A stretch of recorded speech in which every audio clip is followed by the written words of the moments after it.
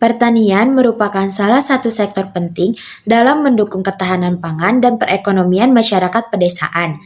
Dalam praktiknya, banyak petani di Indonesia masih mempertahankan sistem pertanian tradisional yang diwariskan secara turun-temurun. Berdasarkan hasil wawancara dengan seorang petani padi, diketahui bahwa praktik pertanian tradisional masih mendominasi, meskipun beberapa inovasi modern mulai diterapkan. Petani tersebut menggunakan pupuk, benih unggul, serta pestisida lokal untuk meningkatkan hasil panen. Namun, penjualan hasil panen masih dilakukan secara konvensional, yaitu dijual langsung ke pabrik tanpa melalui media jual beli online. Hal ini dilakukan karena alasan praktis dan keterbatasan akses teknologi. Pemilihan komoditas padi juga didasarkan pada kondisi lahan sawah yang basah, yang lebih sesuai serta biaya produksi yang lebih ringan dibandingkan menanam sayuran. Selain itu, penggunaan alat mekanisasi seperti traktor sewa menunjukkan adanya upaya efisiensi dalam proses produksi. Meskipun demikian, metode tradisional tetap dipertahankan karena dianggap lebih mudah dikendalikan dan sesuai dengan pengalaman petani. Perbedaan pandangan antar generasi juga tampak sangat jelas, di mana generasi tua lebih nyaman dengan cara tradisional, sedangkan pada generasi muda lebih terbuka terhadap penerapan teknologi yang baru.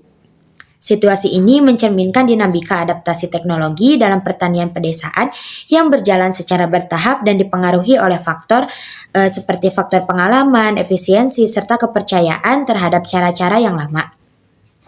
Topik yang dibahas adalah dinamika sosial pertanian, globalisasi lahan, dan desa kota.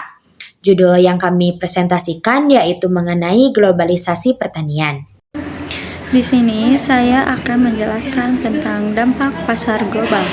Petani di sana cenderung lebih memilih menanam padi daripada sayuran atau buah-buahan. Petani di sana menggunakan benih dan pupuk pestisida dari produk lokal dibanding impor karena biasanya membeli di daerahnya sendiri, yaitu di Pupuk Tani Ciawang. Petani di sana, atau terutama Bu Ella, memakai merek Pongga untuk benihnya dan untuk pestisida biasanya memakai Desis, dan itu hasilnya terbukti bagus. Pada awalnya, terdapat hasil 7 kintal, namun sekarang sampai 2 ton. Dan menurut pendapat saya, warga di desa Ciawang itu lebih ke petani padi dan menjual hasilnya ke daerah masing-masing. Dan petani di sana membelinya tanpa menggunakan e-commerce. Saya akan membahas jawaban dari pertanyaan nomor 2. Masyarakat desa Ciawang masih menjual hasil pertaniannya di sekitarnya atau masih di dalam kota.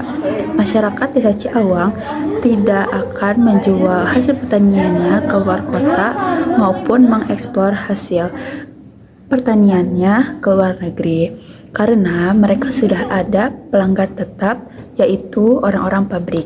Sistemnya, orang-orang pabrik tersebut akan datang ke lahan pertanian tersebut untuk memilih hasil panen di lahan mana yang akan dibeli oleh orang-orang pabrik tersebut.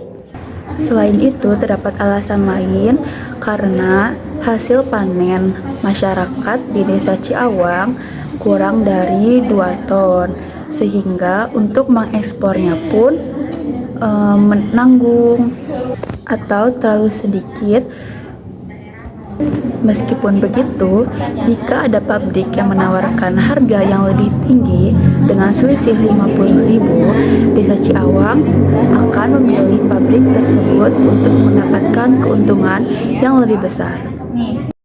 Selanjutnya yaitu pertanyaan yang ketiga, yang dimana apakah Ibu pernah atau berniat membeli pupuk, pestisida, dan bibit dan menjual hasil pertanian tersebut melalui e-commerce atau online shop? Nah, jawaban Ibu Ella yaitu tidak pernah sama sekali, karena membeli pupuk, pestisida, dan bibit melalui e-commerce itu membutuhkan waktu lama sehingga kita harus menunggu dulu. Jika membeli langsung kita bisa dapat menggunakannya, dan juga untuk menjual hasil pertanian melalui e-commerce itu memiliki proses yang sangat ribet katanya. Apalagi padi juga kan harus dijemur terlebih dahulu, dan biasanya Ibu Ella atau para petani di sana menjualnya dalam kondisi basah. Pola perubahan usaha lahan. Ibu Ella hanya menanam padi karena lebih gampang atau lebih mudah dan tidak ribet dibanding sayuran atau buah yang butuh lebih banyak obat dan perawatan. Lahan sawah di desa Ciawang, Kampung Tambir ini lebih basah dan kurang cocok untuk sayuran yang butuh tanah kering. Jadi, petani lebih dominan menanam padi berdasarkan kebutuhan sendiri, bukan permintaan pasar. Biaya menanam padi relatif ringan, sekitar 2 juta untuk lahan 250 bata dari mulai bajak sampai bersih. Sedangkan kebun membutuhkan biaya yang lebih mahal, sekitar 10 juta rupiah. Ibu Ella juga menggunakan traktor yang disewa yang dipakai bergantian di beberapa lahan dengan biaya sewa sekitar 500.000. Sudah termasuk makan dan rokok untuk para pekerja. Kemudian dilanjutkan dengan upah pekerja untuk menanam itu sekitar 45.000 per hari. Menurut hasil wawancara saya dengan ibu narasumber mengenai perubahan globalisasi pertanian antara golongan muda dan golongan tua, ibu narasumber beliau berpendapat bahwa pertanian sekarang sudah banyak berubah dibandingkan zaman dulu. Katanya dulu cara bertani itu terasa lebih mudah dan sederhana, cukup menggunakan pupuk tanpa harus melibatkan teknologi seperti sekarang. Beliau juga mengatakan kalau sekarang sistem pertanian sudah tidak tradisional lagi dan itu kadang membuat para petani yang lebih tua merasa takut gagal atau takut mengalami kerugian. Karena itu yang lebih tua cenderung masih memilih cara-cara tradisional yang sudah mereka kuasai dan percaya hasilnya lebih aman. Sementara itu, menurut ibu tersebut, generasi muda sekarang lebih tertarik pada inovasi baru. Mereka lebih suka menggunakan teknologi karena dianggap lebih praktis dan tidak terlalu melelahkan.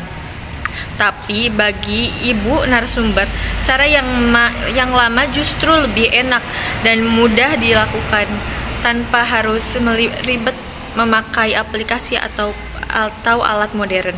Beliau juga mencontohkan bahwa dulu pupuk dan benih dibeli langsung di tempatnya. Dengan begitu, petani bisa langsung memilih, melihat kualitasnya, dan kalau ada yang rusak bisa segera ditukar.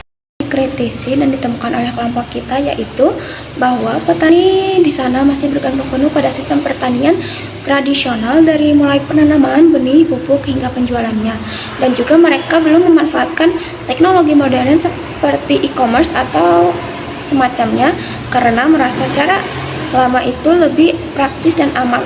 Namun hal itu menunjukkan adanya keterbatasan pengetahuan dan adaptasi terhadap perkembangan zaman pada desa tersebut, dan juga ketergantungan pada toko lokal dan sistem jual langsung memang memudahkan, tapi juga membatasi peluang petani untuk mendapatkan harga lebih tinggi atau akses bahan pertanian yang lebih berkualitas. Menurut saya, para petani di desa Ciawang lebih memilih memakai cara tradisional karena dianggap lebih gampang dan efisien. Lalu di daerah sana juga lebih cenderung ke pertanian padi karena merupakan sebuah kebutuhan. Tanahnya juga lebih cocok ke tanaman padi karena jenisnya yaitu tanah basah. Cara penanaman dan pemeliharaan tanaman padi juga lebih gampang dibandingkan dengan menanam sayuran. Selain itu, biaya yang dikeluarkan juga sangat minim. Di daerah Ciawang masih terbatas dalam pemasaran hasil panennya. Juga tidak ada keinginan untuk menjual impor ataupun e-commerce, karena menurut mereka itu sangat sulit dan lebih ribet. Penggunaan teknologi di sana juga masih minim, meskipun sudah ada traktor sewa, tetapi petani-petani di sana tetap mempertahankan cara tradisional mereka. Secara keseluruhan, para petani di sana perlu adanya pendampingan, pelatihan teknologi, dan penguatan akses pasar. Menurut saya, kondisi tersebut menunjukkan pertanian tradisional masih menjadi bagian penting dari kehidupan petani di pedesaan, terutama terletak pada pedesaan di daerah Ciawang, Singaparna. Terbukti karena efektif dan sesuai dengan kondisi lingkungan yang berada di desa tersebut. Namun, terbatasnya akses teknologi dan kebiasaan lama membuat proses modernisasi berjalan lambat. Meskipun begitu, adanya penggunaan pupuk unggul, pestisida lokal, dan alat mekanisasi seperti traktor menunjukkan adanya kemauan untuk beradaptasi.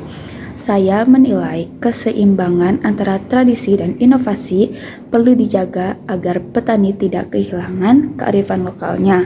Petani di Desa Ciawang, Kampung Tambir lebih memilih cara tradisional dibanding dengan cara modern karena mereka sudah terbiasa dan takut hasil panennya akan gagal jika menggunakan teknologi modern. Dan juga menurut para petani di sana, menggunakan cara tradisional itu lebih murah daripada menggunakan teknologi, dan juga hasil panen dari para petani itu sudah mendapatkan pelanggan tetap seperti dari pabrik-pabrik. Menurut saya, petani di Desa Ciawang, Kampung Tambir ini lebih mementingkan efisiensi biaya dan kemudahan operasional. Contohnya, pembelian bahan baku dan penjualan panen yang dilakukan langsung di lokasi. Terbukti dari peningkatnya panen dari 7 kintal menjadi 7 ton. Meskipun begitu, ada pemikiran terhadap teknologi modern dan e-commerce karena dianggap rumit dan beresiko, terutama oleh generasi tua. Sikap ini menjaga kestabilitas dan keamanan di produksi kecil mereka di Desa Ciawang, tetapi bisa menghambat pertumbuhan dan skala akses pasar yang lebih luas di masa depan. Para petani masih nyaman memakai cara tradisional karena dianggap lebih aman. Cara tradisional sudah terbiasa dilakukan oleh para petani tersebut. Mereka belum tertarik sama teknologi modern seperti sekarang, kayak e-commerce atau teknologi pertanian. Soalnya masih takut ribet dan khawatir rugi kalau gagal. Tapi menurut saya hal ini juga nunjukin kalau petani sebenarnya butuh pendamping dan arahan biar bisa pelan-pelan belajar pakai teknologi tanpa ninggalin cara lama yang udah terbukti berhasil. Di sini saya akan menjelaskan tentang dampak pasar global petani. Petani di sana lebih cenderung memilih menanam padi daripada memilih tanaman sayuran atau buah-buahan. Petani di sana menggunakan benih pupuk pestisida dari produk lokal, yang dimana biasanya beli di daerahnya sendiri, yaitu di Pupuk Pani Ciawang. Dapat ditarik kesimpulan dari wawancara ini, yaitu menggambarkan praktik pertanian tradisional petani padi yang menggunakan pupuk, benih unggul, dan pestisida lokal dengan hasil panen meningkat. Petani memilih menanam padi karena lahan sawah basah lebih cocok dan biaya lebih ringan dibandingkan dengan menanam sayuran. Mekanisasi seperti traktor sewa digunakan untuk efisiensi kerja, tetapi metode tradisional tetap dipertahankan. Perbedaan sikap antara generasi tua dan muda sangat terlihat, di mana generasi tua lebih memilih cara tradisional yang dianggap lebih aman dan praktis, sementara generasi muda lebih terbuka pada teknologi. Namun, petani ini merasa metode lama lebih menguntungkan dan juga mudah untuk dikontrol.